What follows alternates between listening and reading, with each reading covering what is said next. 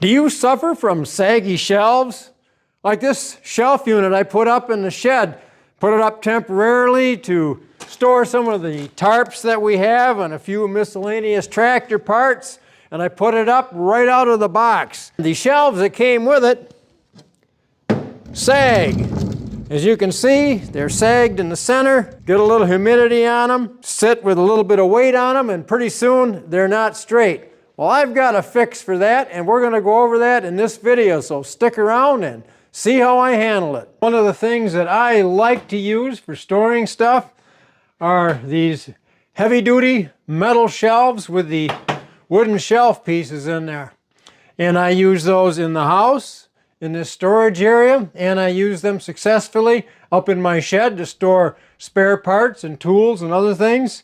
Let's take a look at the process of putting one together and putting some decent shelves on it. One of the first things you want to do after you get this box open and the metal supports out and lay it out on the floor somewhere is grab these 3/8 inch thick composite board shelves, pick them up, and get rid of them.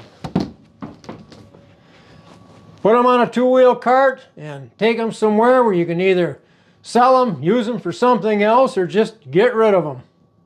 Putting these shelf units together is a pretty straightforward process. I've taken all the pieces out of the carton, and just following the simple instructions, you can put these together. What I like to do is get myself organized, get all the pieces laid out close by where I can grab them as I need them. I've got a rubber mallet set out to tap the pieces together and a pair of coated work gloves because some of the pieces are sharp. I don't want to cut myself while I'm doing this.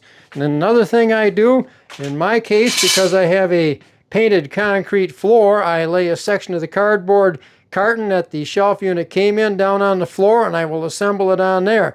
That way I won't scratch the floor up. So far, I've got the 4 corner posts in, and I've got the bracing that ties them together, and I set a shelf in place which squares the unit up by putting that board down in place. The next thing I need to do is determine where to put that next brace to allow clearance for what will be the tallest totes I'll be putting onto this shelf unit. And you want to set it up, I always set it up so that the biggest spaces are at the bottom for the biggest things you want to store, the heaviest things to go in at the bottom. And then as you work your way up, you can have smaller and smaller gapping on the taller posts for the smaller and shorter things that you want to put on the shelf unit. So with these sitting here as a guide, I am going to determine now where to put that next shelf. I'm just going to pick up one of these long ones here and give myself some idea where that's going to sit.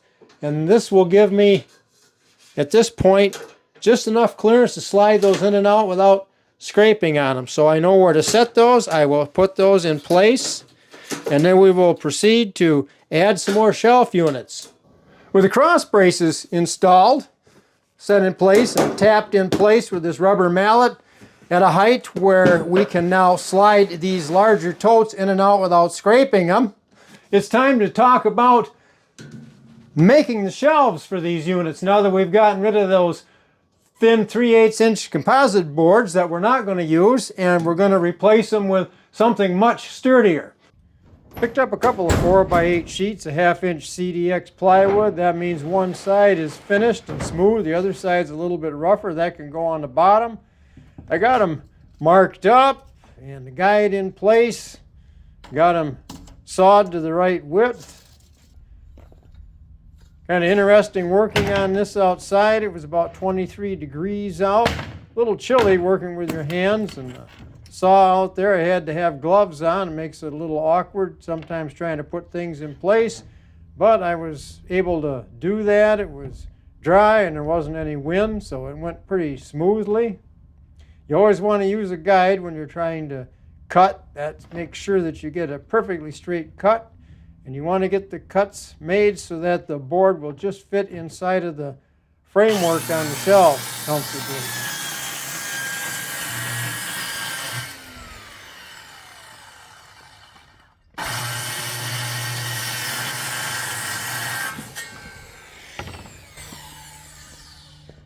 I had to cut a total of 5. It took 2 big sheets to get that. I've got some left over, but I've got that shelf in the shed I need to repair.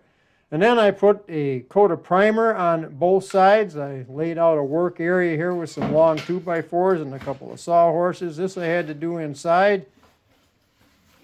The primer seals the wood, and that will keep moisture from getting in there. That'll help even more to prevent the boards from warping and sagging. Of course, they don't do that too much using the 1/2-inch CDX plywood. Catch the edges good, because you don't want the moisture getting into the edges.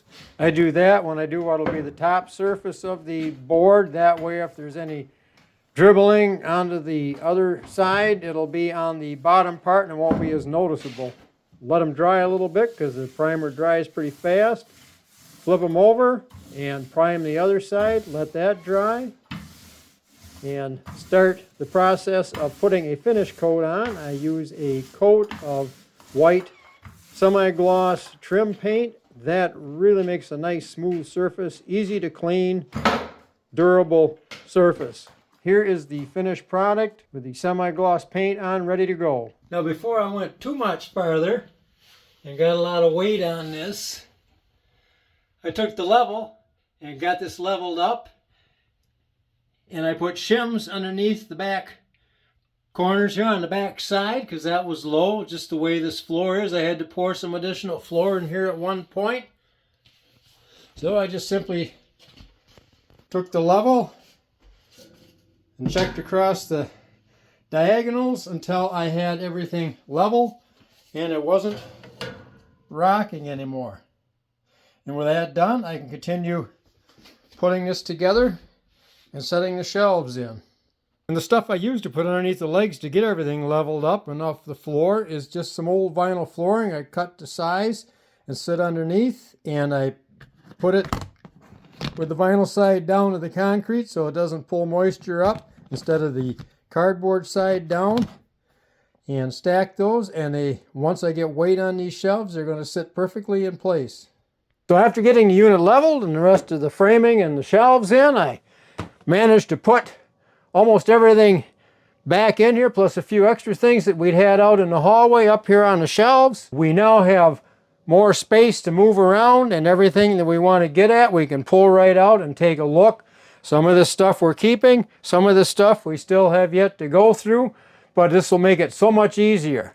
But the main point of this video is that if you want sturdy shelves, you need to go with some good heavy-duty metal frame shelving, and make sure you've got some good 1/2-inch thick shelves, preferably plywood, and that'll do the job and hold up just about anything you have. Some of this stuff's light, some of this stuff has books and things in it. It's pretty heavy, and this will hold it up.